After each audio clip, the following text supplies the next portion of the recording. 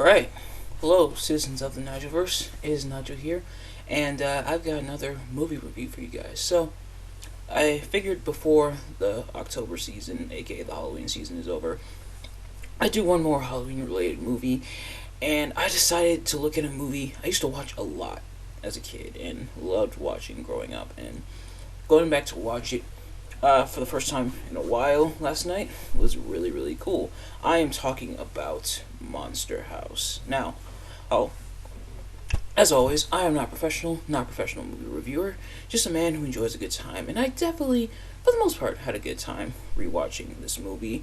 And I feel like it's such an underrated gem of a movie. It's one of those movies that you hear you hear people talk about, but at the same time you don't really hear people talk about, if that makes any sense. It's one of those movies where like the people who have watched it love it and say this is a really, really good movie, it's a really fun movie.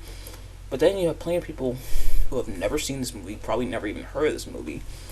So it's an interesting case. But going back to a rewatch it, I still had a lot of fun and a lot of interesting stuff to take note of when watching this movie. And that's usually the case when you watch a movie for the first time in a while, that you haven't watched in like a long time. You notice stuff, and you notice little details that you didn't notice the first time around. And in this case of me watching this so much as a kid, and then me going back to watch this now that I'm older, or it's definitely interesting. There was stuff that I noticed that I didn't notice when I was younger, and so it made it for a very fun viewing experience. So, without further ado, let's get right into the review. So, for those of you who've seen my reviews of movies and stuff before, you kind of already know how this works. But for those who haven't, pretty much I'm going to be talking about what I liked about the movie, what I didn't like about the movie, and admittedly, I'm not a hard man to please. Just give me a good time. Even sometimes it's a bad time, and I'll enjoy it for the most part. Even if it's from like an actual good point of view where the movie's actually good, or if it's like so bad it's good. But in this case, this, in my opinion, is still a really, really solid movie. Starting with what I like, I feel like the premise is really cool and really interesting, and a really creative setup where the house is pretty much the soul of an old man's deceased wife. Yep, you heard me correctly. That is a crazy premise. So pretty much, there's old man Nevercracker and his deceased wife Constance, who they got married, but she was being like harassed and bullied on Halloween, and so she hated it, and he tried to reassure her, or she felt like humiliated, and deservedly so. Oh, well, not deservedly on her part, but like I should say reasonably so. Oh, because harassing her, like throwing eggs and stuff at her, that's pretty disrespectful. But she accidentally he turns on the cement mixer, and she falls into the house, the foundation of the house that was being built, and pretty much gets like melded into the house, like essentially cemented into the house, if that makes any sense. So her soul lingers within the house, and that's when Nevercracker starts hating Halloween, and telling the kids to get off his lawn and everything. And we see that the house is essentially alive. Right? So several years later, then comes DJ, his friend Chowder, and a new friend they make, Jenny, who encounter the house. DJ's been spying on the house for a little while, and notices that's when he notices that the house is alive. Nevercracker actually takes a girl's tricycle in the beginning and like breaks it. And then from there we see DJ, Chowder, and Jenny pretty much trying to find ways to combat the house. Nobody around them believes them because, yeah, it's pretty crazy. Easy house being alive and everything, and it's the typical, grown-ups don't believe children sort of thing, or children make this up sort of thing. And then it's revealed that the house is indeed alive. It claims a couple more people who don't believe the children at first, such as like Bones, the sort of boyfriend of DJ's babysitter Z, because DJ's parents go away for a day, and then there's the police officers that that get on DJ, Chowder, and Jenny for like harassing old man Nevercracker's house, um, and then when the house comes alive, it stops being alive when the police officers are around. Police officers arrest them, but then they get eaten. So, oh, then DJ, A Chowder, and Jenny get eaten. They're inside the house. That's when they truly figure out the house is alive, and they combat it from there. They're able to escape the house by attacking the uvula, getting the house to gag reflex, and pretty much spit them out. And then from there, they find Nevercracker, or they learn his secret, and they kind of learn the secret as they're going through the house and everything, and then Nevercracker seemingly betrays the house. The house feels betrayed, so it comes alive and goes after our gang of heroes until they use dynamite to attack the house. Essentially the heart of the house. They use to blow it up and destroy the house. And Constance's soul is finally free to go to heaven and everything.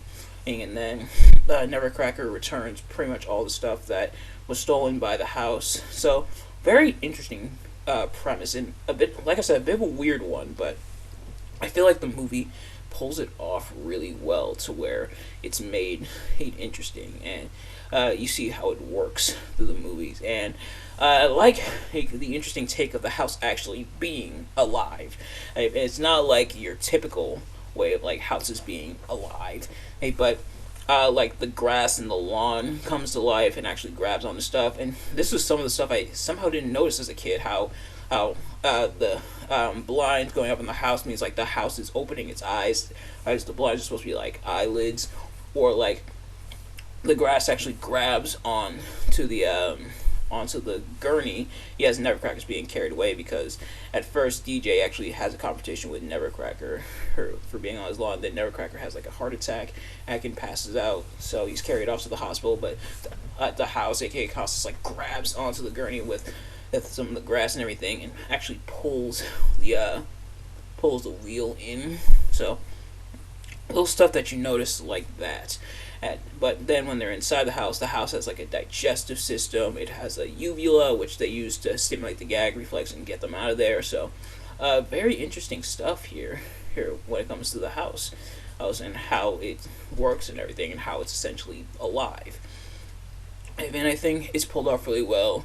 The characters, for the most part, they're not like overly heroic or like too like wimpy. They are pretty wimpy. They're kind of like the losers at school, except for Jenny, where she goes to like a prestigious all girls school.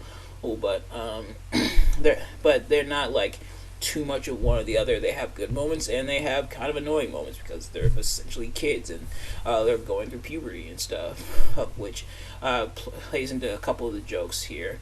And I forgot, I should say, how many of the jokes were kind of adult themed a little bit. Like Bones is straight up drinking a beer. Here, it does have a label on it, because they can't really say beer because it's a kid movie, but it's a beer essentially. But so little stuff like that I noticed as I was watching this movie again really made it interesting. And like I said, the characters, for the most part, they have their likable moments, they have their not so likable moments. They feel human essentially, and they feel like real characters and real people going through real things, even though they're clearly not. But I feel like that's plays into the movie as a whole in its strengths, is that the characters and how they interact with the house, and how the house interacts with them, and the lore behind the house, I think is where the movie really shines. And I do like how everything's like so clearly defined. You have like your heroic type characters, which is our main gang, and then you have like the main villain, which is the house. But then you have like more like anti-hero type characters, like Z, who's like irresponsible babysitter, or even though she tries to appear responsible to the parents and everything. And then you have like Nevercracker, who starts out as a villain, but then becomes a little more heroic, especially after you learn the backstory and the lore behind him and the house, and how that dynamic comes into play. And so it's all very interesting, and I like how it's all connected and everything.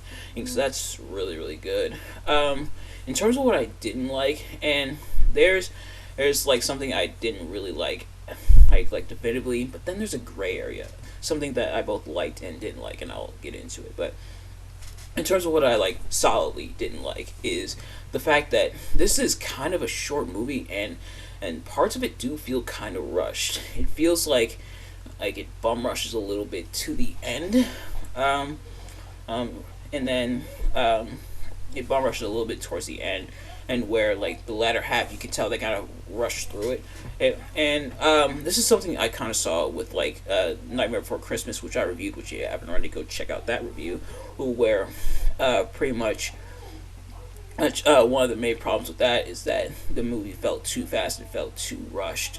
And this movie definitely does feel a bit rushed. It does have some slower moments, which I do like, but the ultimate like rush pace, I feel like kind of throws the movie off a little bit. It's only like an hour and 31 minutes.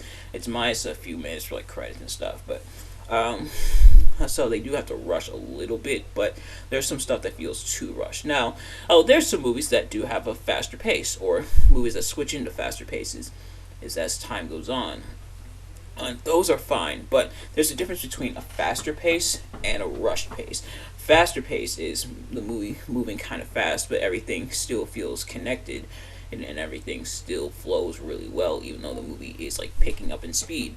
But then the rush pace is when, and everything feels like it's going at like breakneck speed, and a lot of stuff gets unresolved then resolved, and you could tell the movie is trying to reach its own end, which I think is pretty disappointing, because there's some stuff I feel like they could have fleshed out a little bit more, or I wish they fleshed out the relationship between like DJ and Chowder in terms of like their friendship and everything. And I wish they didn't rush like the lore of the house and everything, and I wish they didn't rush the conclusion, the final fight against the house. Also, I feel like if they took things a little bit slower, or it would have worked a little more.